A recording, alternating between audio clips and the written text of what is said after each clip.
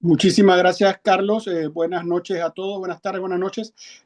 Yo voy a ser muy puntual y breve. El colega Carlos Urbina ha mencionado la situación en que estamos en cuanto a las conversaciones. Él me contactó en el día de hoy en la mañana a raíz de unos comentarios públicos que leyó sobre lo que yo opino inicialmente de este tema, y voy a explicar por qué opino así y qué se puede hacer para ir directo al grano. El tema es un tema jurídico. Yo no estoy, y que estoy muy sensible, muy consciente de las realidades gremiales y de los intereses que hay detrás. Lo primero que quiero advertir es que mi exposición, mis comentarios son estrictamente legales, con independencia de las bondades o defectos que tenga el decreto ejecutivo reglamentario. Lo que yo busco es llamar la atención, porque es un problema que nos afecta a todos. Hoy les afecta a los contadores. Hace muy poco, y lo voy a explicar con detalle, les afectó a las mujeres con relación a una ley que tiene que ver con mujeres que deben formar parte de junta directiva de empresas estatales y empresas reguladas. Una ley que puede gustarnos o no, pero que requiere un porcentaje de mujeres en esas juntas. Como es un tema sensitivo y muy de discusión, dejémoslo para otro momento. El punto es el siguiente. El Ejecutivo ejerce la facultad reglamentaria, que Carlos Urbina la leyó, está en la Constitución. Las leyes existen, luego se reglamentan. ¿Quién reglamenta? La Constitución, artículo 184, numeral 14, dice que es el presidente con el ministro del ramo. Y advierte sabiamente la Constitución que en ningún caso esa reglamentación se puede alejar del texto literal de la norma ni de su espíritu. O sea, es todavía más profundo. Esto nos lleva a una anécdota que es muy conocida, porque esto es un problema histórico y mundial. Nosotros venimos cultura jurídica española. Había un conde en España que se llama el conde de Romanones, que se le conocía porque él se jactaba de decirle a los diputados, legisladores: hagan ustedes las leyes, que yo hago los reglamentos. ¿Qué pasa con los reglamentos? Los reglamentos, muchas veces el poder, porque esto es un asunto de poder, eh, cuando no puede controlar el poder legislativo, que tiene unos procesos de debate público, una primera comisión, un pleno, un tercer debate, posibilidades de veto, inexequibilidad, lo que hace es dejar que corra las leyes y luego las trata de arreglar, enmendar, emparapetar vía los reglamentos. Es una mala cultura jurídica que es un mea culpa de nosotros abogados, los asesores legales de los presidentes, ministros y las dependencias públicas. Le debe advertir que las reglamentaciones no pueden exceder los textos de las leyes. Hay que reglamentar para explicar, para decir cómo lo vamos a hacer, cuándo, pero no puede reglamentarse quitando ni poniendo cosas. No es que el reglamento se convierte en una mini ley nueva o en una reforma a la ley. La reforma a la ley es por otra ley. Varios principios importantes, medio didáctico y educativo. No hay ley ilegal. Las leyes son las leyes y no pueden ser ilegales. Lo que es ilegal es lo inferior. Esta es una famosa pirámide que a los abogados les gusta hablar de ella, la pirámide de Kelsen. Es el orden jerárquico de las normas. En la punta está la Constitución, le siguen las leyes y abajo están los decretos, que son los reglamentos. Nos dicen el cuándo y el cómo, pero no nos dicen sobre todo el qué, porque el qué está en la ley. Si una ley va a decir bien o mal cuáles son los actos de la profesión de la contabilidad, es la ley la que lo dice, y no es en técnica jurídica correcta un reglamento el que lo va a decir. Claro que se abren puertas a veces, hay leyes acomodaticias que dejan un listado y al final dicen lo que diga luego otro. En la profesión de ustedes, ese otro es la Junta Técnica de Contabilidad. Cuando uno revisa la ley 280, que en eso no difiere de la ley famosa 56-78, uno encuentra que todo lo remite a la Junta Técnica de Contabilidad. ¿Qué quiero entonces decir en este análisis muy inicial y preliminar? Hay, a primera vista, sin necesariamente mucho estudio jurídico, el decreto ejecutivo se va más allá de lo que puede reglamentar. Eso cae de la propia lectura, donde se observa que comienza a decir cosas, independientemente que algún grupo de poder considere que son buenas y que eran necesarias, contra otro grupo que no le conviene y le parece que son malas. Esa es una pelea de poder que normalmente se tiene que solucionar a nivel legislativo, donde los diputados escuchan los intereses y la ley sale como quiera el más poderoso. Pero estamos en un nivel que es de reglamento. en el nivel de reglamento no se puedan hacer estos cambios o ajustes porque hay una bastante evidente posible violación de la ley. ¿Y qué se hace? Esto se reclama en una de las salas de la Corte Suprema de Justicia, la sala tercera, que existe precisamente para revisar esto, que es bastante común, lamentablemente, donde cualquier persona considera que el decreto reglamentario viola la ley, la excede, la adiciona, elimina cosas, presenta una demanda de ilegalidad, presenta sus argumentos y explica por qué es así y queda en manos de los 3 magistrados de la Corte Suprema, quienes cuando lo estimen conveniente determinan si uno tiene razón o no. Mientras tanto, varias advertencias importantes. Estas normas tienen un principio de legalidad para que haya un orden en la civilización y esto será legal mientras exista y dejará de serlo el día que la Corte decida que es ilegal porque se lo pidió alguien. A mi juicio, con bastante experiencia en esto, 35 años de ejercicio de la profesión, yo me he ido preocupando casi como una actividad cívica ciudadana de ver estos casos que son bastante evidentes, con independencia de las partes y de lo que los intereses que tenga cada uno. Yo lo hago porque si no nos hemos dado cuenta todavía como sociedad, hoy les toca a ustedes, pero mañana les toca a otro, es que es muy peligroso que los reglamentos vayan en contra de la ley.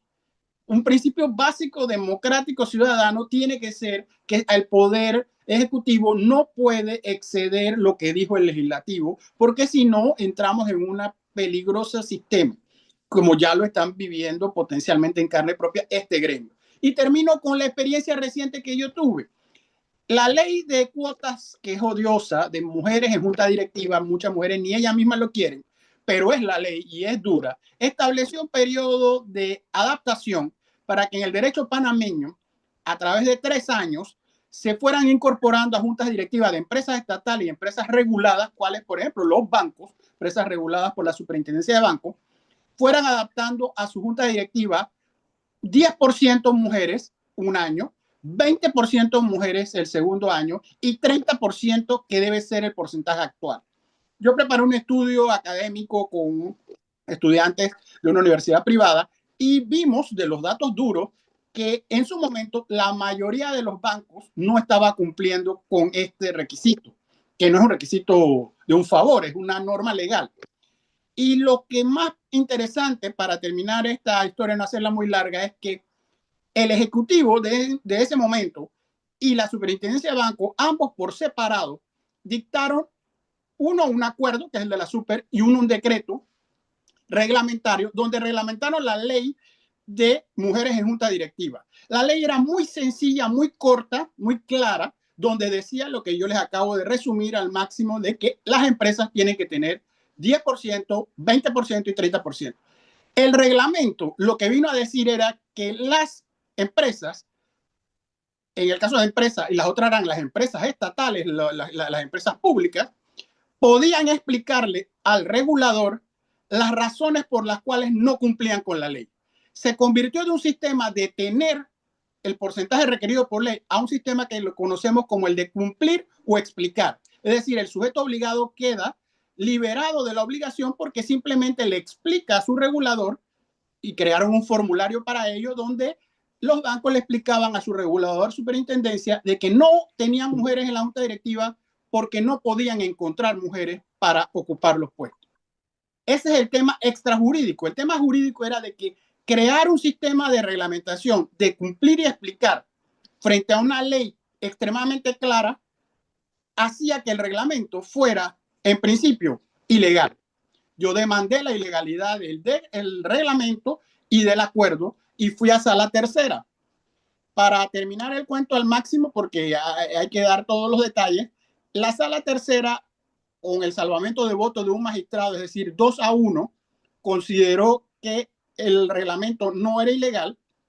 El magistrado que salvó el voto coincidió con mi postura y explicó de que no era posible vía un reglamento hacer esta transformación tan importante, como es la que ustedes alegan que le está pasando y cualquiera que lo lea puede ver, donde cambian el sentido, el texto y la literalidad de la ley 280 y se le da una especie de válvula de escape o de salida en las cuales, insisto yo, en mis consideraciones no estoy entrando sobre sus bondades o no. Es un tema que hay que discutir con data y a nivel de legislativo, y hay que reformar la ley si se quiere, y se puede, se quiere y se puede. Lo que pasa es que los decretos ejecutivos los dicta una sola persona con otra que firma junto, es el presidente del país con el ministro del ramo. Termino con la idea de que hay una duda bastante razonable que se presentará en el escrito de la demanda, de que el ministro del ramo en esta materia no parece ser el ministro de Economía y Finanzas, MEF.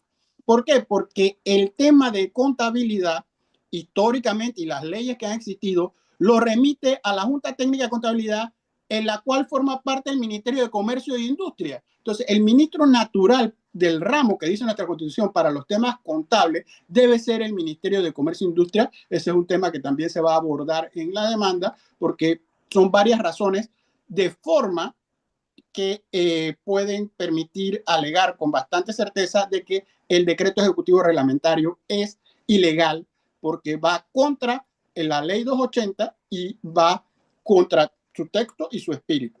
¿Qué se puede esperar?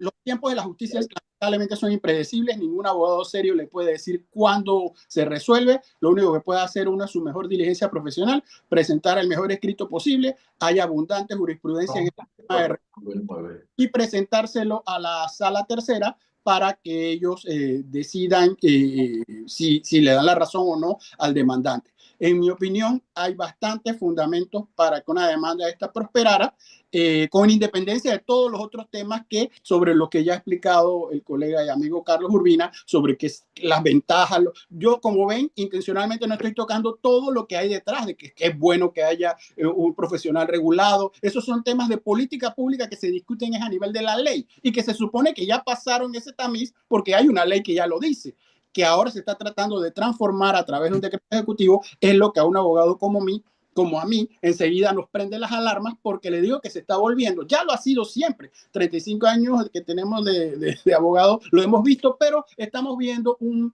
tema que debe preocupar a toda la sociedad, y ustedes son gremios organizados donde si hoy les toca a ustedes, mañana les toca a otra profesión, que es a través de decretos ejecutivos reglamentarios se están desvirtuando las leyes. ¿Quieren que las leyes se cambien?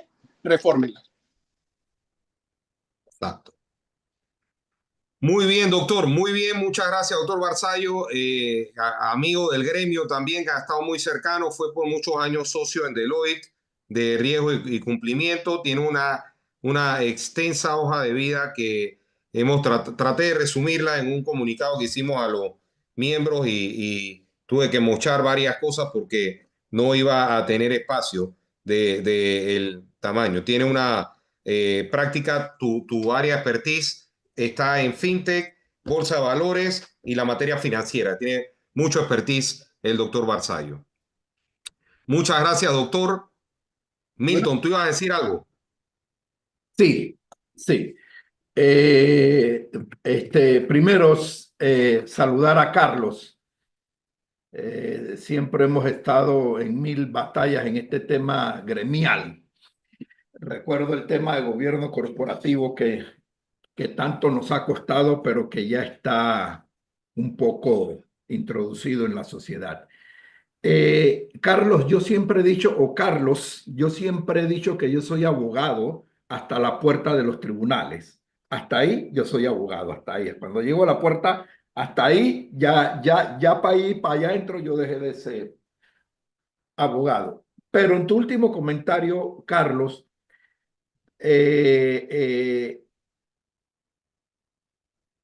te quiero comentar que quien firma la ley 280 es el ministro de Economía y Finanzas en su momento, Héctor Alexander. Yo no sé eso de qué sirve, ¿no? Un poco de que la justificación del por qué quien firma ahora este decreto es el ministro de Economía y Finanzas. Yo no sé si por ahí ellos vieron ese vínculo o esa unión de ser ellos los que pudieran firmar esto y no así a través de la Junta Técnica. Ese es un... Sí, Gracias, Milton. De verdad, un placer escucharte y estoy consciente de esa realidad. Lo que hay detrás, y yo estoy evitando todo el tema especulativo, pero nosotros conocemos y sabemos, los que están aquí también lo manejan, el asunto de la división de trabajo en el gabinete es un asunto también de estilos, de personas. Se consigue al ministro del momento que está más receptivo. El tema que yo traía es que lo que uno ve en las normas, la vieja norma y la actual, es que, y la estructura misma de la Junta, el tema contable se le ha dejado al Ministerio de Comercio e Industria, tanto así que sus viceministros están en la Junta, y es decir, si eso depende mucho de personalidades y quién quiere el tema. Es cierto, es un hecho ya cumplido que la ley 280 la participó el ministro, aunque la ley no la firma un solo ministro, la firma el proyecto todo el gabinete, a diferencia de un decreto reglamentario. Esa ley, cuando se aprobó, se autorizó, si un proyecto que presenta el gabinete, todo el gabinete firma, así que también ahí estaba el de comercio autorizando al de economía que fuese el que lo llevase a la asamblea, y es un proyecto del ejecutivo. Como un órgano colegiado. Pero eso no es el problema, para no confundir. La respuesta positiva es la siguiente: es que en el texto de la ley 280, uno, a diferencia de muchas otras leyes, no encuentra ninguna de las siguientes frases: la ley reglamentará, y lo deja abierto, o el órgano ejecutivo reglamentará. Todo lo que hay en la ley 280, cuando se dirige a alguna persona, es a la Junta Técnica para que haga cosas. Termino con la última. Antes, en la ley del 78, el código de ética era un decreto ejecutivo que tardó 6 años en hacerse, la ley del 78 y el decreto del 84. 6 años esperando código de ética, y lo dictó un decreto ejecutivo. Pues lo saben ustedes mejor que yo, la 280 cambia el estilo del código de ética que se espera que llegue algún día. Un código de ética muy interesante porque va a ser muy democrático, que tiene hasta referéndum y tiene un proceso muy llamativo profesionalmente hablando. La verdad que es curioso porque es extremadamente consultativo. Pero para no enredar ideas, es la siguiente: eso no es el tema más importante de la ilegalidad. El tema más importante de la ilegalidad que uno ve a prima facie, en la primera lectura, es el exceso en el reglamento de materias abarcando y produciendo cambios al texto y espíritu de la ley. Ese es el ataque típico de una ilegalidad, es decir, excederse en las facultades, que es lo que... El sujeto sería algo relativamente secundario. Lo principal es que se está excediendo de una lectura desapasionada.